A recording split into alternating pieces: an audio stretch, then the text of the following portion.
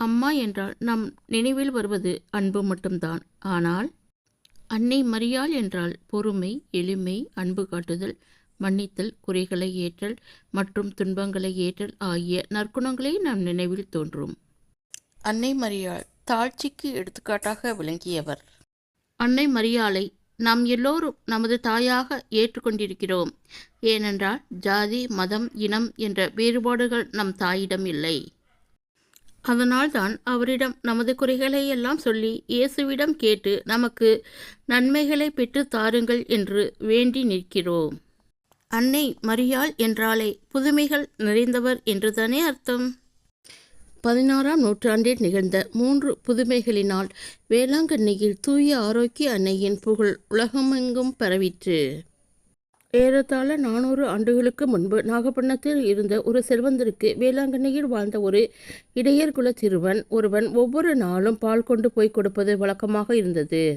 ஒரு நாள் அந்த சிறுவன் பால் கொண்டு போகும்போது வழியில் சற்று ஓய்வெடுக்க ஒரு ஆலமரத்தின் நிழலில் குளத்துக்கு அருகே அமர்ந்தான். அப்போது சூரியனை விட அதிக ஒளி ஒன்று அவன் முகத்தில் பட்டது. உடனே கண் விழித்தான் அந்த சிறுவன். விண்ணக அரசி அன்னை மரியா தெய்வீக குழந்தையை கையில் ஏந்திய காட்சியை கண்டான். அந்த அன்னை புன்னகை தவழ தனது குழந்தைக்கு கொஞ்சம் பால் தருமாறு அந்த சிறுவனிடம் கேட்டார். சிறுவனும் பால் கொடுத்தான். அந்த குழந்தையும் பருகியது. சில வினாடிகளில் அந்த தேவ அன்னையும் குழந்தையும் அந்த இடத்தில் இருந்து மறைந்தனர். செல்வந்தன் வீட்டுக்கு நேரம் தவறி வந்த சிறுவனிடம் ஏன் பாலின் அளவு குறைந்திருக்கிறது என்று விசாரித்தார் முதலாளி. சிறிது நேரத்தில் சிறுவன் சுமந்து வந்த பால்குடம் நிறைந்து வழிந்தோடியது. அதை பார்த்த செல்வந்தர் இது என்ன அதிசயம் என்று மலைத்து போய் நிற்க அந்த சிறுவன் நடந்ததை கூற ஆரம்பித்தான். அச்சிறுவனம் தான் வரும்படியில் ஒரு தாய் கையில் குழந்தையுடன் தோன்றி தன் குழந்தைக்கு பால் கொடுக்குமாறு வேண்டினாள். நானும் அக்குழந்தைக்கு பால் கொடுத்தேன் என்று சொல்லி முடித்ததும் அவன் கையில் உள்ள பால் பாத்திரம் நிரம்பி வழிவது நிற்கவில்லை. சிறுவன் கூறிய இடத்திற்கு விரைந்து சென்று அன்னை காட்சி தந்த இடத்தை கண்டார் முதலாளி. அந்த இடத்தில் இருந்த ஆலமரமும் அந்த குளமும் சற்று வித்தியாசமாக அவருக்கு தெரிந்தது. உடனே அவர் அப்புனித தலத்தில் தாழ் பணிந்து வணங்கினார். சிறிது காலத்திற்கு பிறகு தெய்வீக தாய் காட்சியளித்த அத்திருவிடத்திற்கு சிற்றாலயம் எழுப்பப்பட்டது. அதுதான் இன்று நம் கண்முன் சாட்சியாய் நிமிர்ந்து நிற்கும் பழைய வேளாங்கண்ணி மாதா குளம். பால்கார சிறுவனுக்கு சாட்சி கொடுத்து சில ஆண்டுகளுக்கு பிறகு வேளாங்கண்ணி மாதாவின் 2வது காட்சி வேளாங்கண்ணி சிற்றூரிலேயே அமைந்துள்ள நடுத்திற்று என்ற இடத்தில் நடைபெற்றது. அங்கே கால் ஊனமுற்ற ஒரு சிறுவன் மோர் வியாபாரம் செய்து வந்தான். அப்போது ஒரு நாள் வேளாங்கண்ணி மாதா தனது குழந்தை இயேசுவுடன் காட்சி தந்து தனது குழந்தைக்கு சிறிதளவு மோர் தருமாறு கேட்டாள். சிறுவனும் குழந்தைக்கு மோர் வழங்கினான். மகனே, உடனே நாகப்பட்டினம் சென்று அங்கே வாழும் கிறிஸ்தவர் ஒருவரிடம் நீ கண்ட இந்த காட்சியினை கூறி இந்த இடத்தில் மக்கள் ஒன்று சேர்ந்து கடவுளை வழிபட ஒரு ஆலயம் கட்டு சொல்வாயாக என்றார்.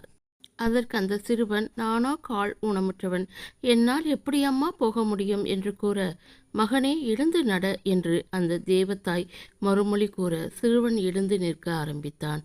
தன்னால் நிற்க முடிகிறது, நடக்க முடிகிறது என்று உணர்ந்த சிறுவனுக்கு பெரு மகிழ்ச்சியாக இருந்தது. அந்த சிறுவனின் ஓட்டம் நாகப்பட்டினத்தில் வாழ்ந்த கத்தோலிக்க கிறிஸ்தவர் வீடு வரை தொடர்ந்தது. அங்கு வீட்டிற்கு சென்று நடந்ததை விளக்கினான். அவனின் வார்த்தைகளை கேட்டு ஆச்சரியமடைந்த கிறிஸ்தவர்களுக்கு நேற்று இரவு வேளாங்கண்ணி மாதா ஒரு ஆலயம் கட்டச் சொல்லிய கனவும் நினைவுக்கு வந்தது. அந்த சிறுவனோடு அந்த இடத்திற்கு சென்று ஆலயம் கட்ட ஆரம்பித்தார்கள். இதுவே இன்று நாம் காணும் வேளாங்கண்ணி மாதா வீற்றிருக்கும் பேராலயம். கிபி 17ஆம் நூற்றாண்டிலே வேளாங்கண்ணி மாதாவின் 3வது புதுமை நிகழ்ந்தது. அப்போது சீனாவில் உள்ள மாக்கோவில் இருந்து போர்ச்சுகீசிய வியாபார கப்பல் ஒன்று கொழும்பு நோக்கி பயணம் செய்து கொண்டு இருந்தது. வழியில் கடுமையான புயலால் அந்த கப்பல் தாக்கப்பட்டது. அந்த கப்பலில் இருந்த மாலுமிகள் என்ன செய்வதென்று தெரியாமல் கடலில் மூழ்கப் போகிறோமோ என்று பயந்து அஞ்சி நடுங்கினார்கள். புயலின் வேகம் அதிகரிக்க அதிகரிக்க கப்பல் மூழ்கும் நிலை. அந்த நிலையில் மாலுமிகள் அனைவரும் கன்னி மரியிடம் கரம் குவித்து கண்ணீரோடு ஜெபித்தார்கள். அம்மா மரியே, எங்களை இந்த கடும் புயலிலிருந்து காப்பாற்றும். நாங்கள் நலமுடன் கரை சேரும் இடத்தில் கன்னிமரியே உனக்கொரு ஆலயம் எழுப்புகிறோம் என மனதில் நினைத்து கொண்டார்கள். சிறிது நேரத்தில் கொஞ்சம் கொஞ்சமாக புயலின் ஆக்ரோஷம் குறையத் தொடங்கியது. அவர்கள் புயலில் சிக்கிய கப்பலும் ஓரிடத்தில் கரை சேர்ந்தது. அன்றைய தேதி செப்டம்பர் 8. அன்று கன்னி மரியின் பிறந்த நாள். கப்பல் கரை சேர்ந்த இடம் வேளாங்கண்ணி கடற்கரை. மாலுமிகள் தங்கள் நலமுடன் வந்து சேர்ந்ததற்காக இறைவனுக்கும் கன்னி மரியாவிற்கும் நெஞ்சம் நிறைந்த நன்றி செலுத்தி நன்றி காணிக்கையாக மாதாவிற்கு சிற்றாலயம் ஒன்று எழுப்பினார்கள். போர்ச்சுகீசிய மாலுமிகள் எப்போதெல்லாம் வேளாங்கண்ணி கடற்கரை வழியாக செல்லுகிறார்களோ அப்போதெல்லாம் மீண்டும் மீண்டும் தங்கள் கட்டிய சிற்றாலயம் வந்து வணங்கி செல்வது வழக்கமாக வைத்திருந்தார்கள். அன்று அந்த சிற்றாலயமாக இருந்தது இன்று பார்ப்புகழும் பெரிய ஆலயமாக திகழ்கிறது. உலகம் முழுதும் உள்ள மக்களின் நம்பிக்கையின் ஆதாரமாக விளங்குகிறது. இந்த ஆலயத்தில் ஒவ்வொரு ஆண்டும் ஆரோக்கிய மாதாவின் பிறந்தநாள் விழாவை ஒட்டி பேராலய ஆண்டு திருவிழா 10 நாட்கள் நடைபெறுவது வழக்கம். ஆண்டுதோறும் ஆகஸ்ட் 29ஆம் தேதியில் இருந்து செப்டம்பர் 8ஆம் தேதி வரை 10 நாட்கள் ஆரோக்கிய அன்னையின் பிறந்த நாள் கொண்டாடப்படுகிறது. விழா நாட்களில் சிறப்பு திருப்பலி, தேர்பவனி நடைபெறும். விழாவின் முக்கிய நிகழ்வான ஆரோக்கிய மாதாவின் பெரிய தேர் பவனி செப்டம்பர் 7ஆம் தேதி இரவு 7:30 மணிக்கு நடைபெறும்.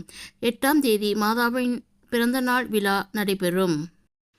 சுமையோடு வருபவர்களின் மனதை சுகமாக்குவதாலும் வேண்டிக் கொண்டவர்களின் உடல் உள்ள குறைகளை தீர்ப்பதால் மட்டுமல்லாமல் வேண்டுவோர்க்கு வேண்டிய வரங்களை கருணையோடு தருவதாலேயே அனைவருக்கும் ஆரோக்கிய அன்னையாக திகழ்கிறார். வேளாங்கண்ணி அன்னையை தேடி வரும் அனைவரும் பல அற்புதங்களை தமது வாழ்வில் பெறுகிறார்கள். அன்னையின் கருணை மலையில் நாமும் நனைந்து வாழ்வில் இன்னும் இன்புற்று இருப்போம். இயேசுவுக்கே புகழ், மரியே வாழ்க.